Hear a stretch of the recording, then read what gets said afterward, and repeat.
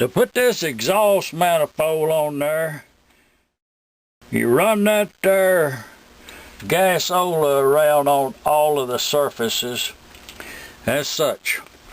Do the same thing with the manifold. You do want to remove all paint from any surface that you were going to put a gasket on. You need to remove the paint from that surface. We got that there. We got the gasket right there. We got the other gasket right there. We put that up here like that right there. The filister, I've done already put some gasket sealer on the threads. They are 1/4 threads. Filister head machine screws, I think, is the correct designation. You do want to be informed as to which end of the engine the exhaust comes out, and you can check that. This goes right there, so it's coming out correctly to fit the indent in the tank. This right here, if I may, before I tighten them down, I'll show you something. These holes in the manifold are quite larger than the hole than the 1/4, and see how much that will move. Probably close to 1/2 inch. If you put that down there and you move this over here, it's probably about 1/2 inch in there. They did that for expansion and contraction. That needed to be there. So, you know, basically at this point you just try to put this in whatever you think is center, and then as the engine runs in, it will find its own alignment, so to speak. And that's the same way about the cylinders.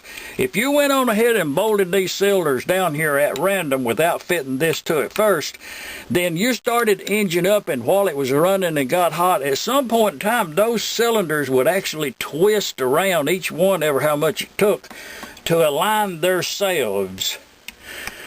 And it is a good idea, if you had this completely to one side, it'll actually throw the alignment. I'll show you something else. If you put these 2 bolts here back in there, and this right here, it's just natural stuff. If you put them back in there where they do have play in them too. So you put them in there, and then you can see how much play you have here and here. So you can turn the manifold a little bit to center it up right in there, if need be. Now, that's not to say you can't just put these engines together without doing none of this, and they still run. There is a correct way and the other way. So, and this right here, if you get in a habit of tightening up bolts with a torque wrench, then at some point in time you kind of get a feel as to how tight a bolt should be. Supposedly, according to the big book, anytime you remove a lock washer, you're actually supposed to replace it. I didn't in this case is because these are original, and sometimes, you know, you try to keep at least partly original. Now, some of these washers on this one, the lock washers, I did replace. What I've done here now is cleaned up the excessive gasket sealer from around the manifold gasket. So that's all. Looks good. Looks good.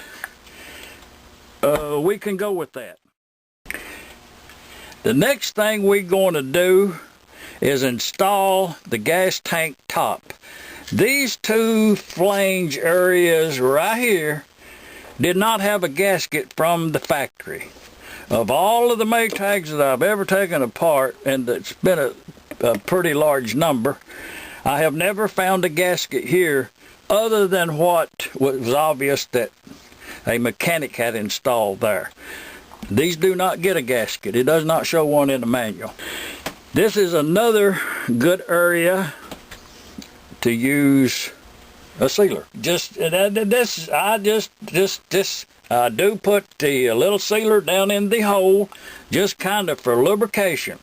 You do not put enough sealer there to where that it will push out and cover up that little hole right there. You want to maintain the freedom of that little hole right there. Put that right around there like that, even to the point of going away over there so that it does not push this away. So we've got that on there. And just to make sure, I'm just going to put just, what I got left there just to make a mating surface here. Something else I can bring to your attention at this point is the vent hole. It's right there. That's the vent hole for the gas tank. That has to be open. Now, when I paint these engines, I either put a small drill bit in there that is the correct size for that hole, or a piece of mechanic's wire in there that I can remove. If you put on a couple of 3 coats of paint there, it will span that and seal it up. It will pull a vacuum on your gas tank if everything's sealed correctly and the engine won't run. Put that right up on yonder. Now when you fidgeting around with it, don't be getting no sealer on that little gap over yonder. Protect that at all costs. Now I've got the 2 in there. See, that has that much movement. The other thing that I do on these is we'll put the little sealer right there, and I do like to run just a little bit around yonder. This is just wherever you put it's where it's going to stay. Now in this particular engine, I've done a few things that I normally would not do.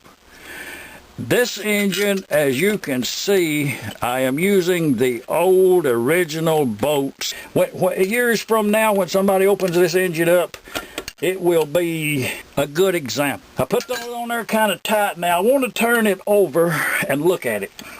I can make some adjustments at this time. So turn that over. Kind of look at the clearance here on both sides. Actually, it could go this way just a little bit for a little better alignment. Actually, it's pretty good. Now I'll tell you something else too. Let's just stop right here. You're going to learn something now.